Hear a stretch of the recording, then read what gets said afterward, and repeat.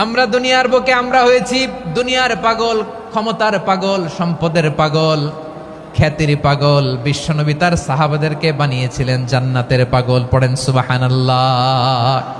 ওই জান্নাতে আমরা যেতে চাই কি চাই না? একা না সবাই মিলে? একা না সবাই?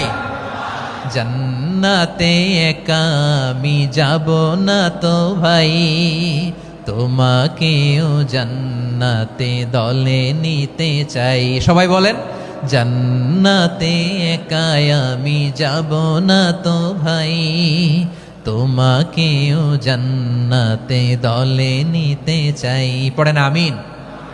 সিলেটের এ ঐতিহাসিক এমসি কলেজ ময়দানে আজ রাতে এই চমৎকার রজনীতে আমরা যেমনি একত্রিত হলাম, আল্লাহর জান্নাতুল ফেরদাউসের জন্য আমরা একত্রিত হতে পারি। আল্লাহ তুমি কবুল করো। সবাই আওয়াজ করে পড়েন আমিন। তাহলে চিন্তা করেন কিভাবে বিশ্বনবী জান্নাতকে চিত্রায়িত করেছেন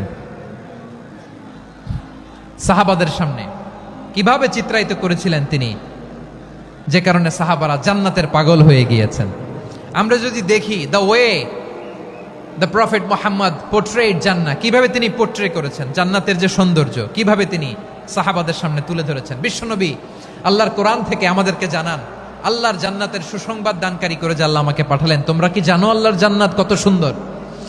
কোরআন থেকে বিশ্বনবী আমাদেরকে জানান, ফালা তা'লামু নাফসুম মা উখফিয়া লাহুম মিন কুররাতি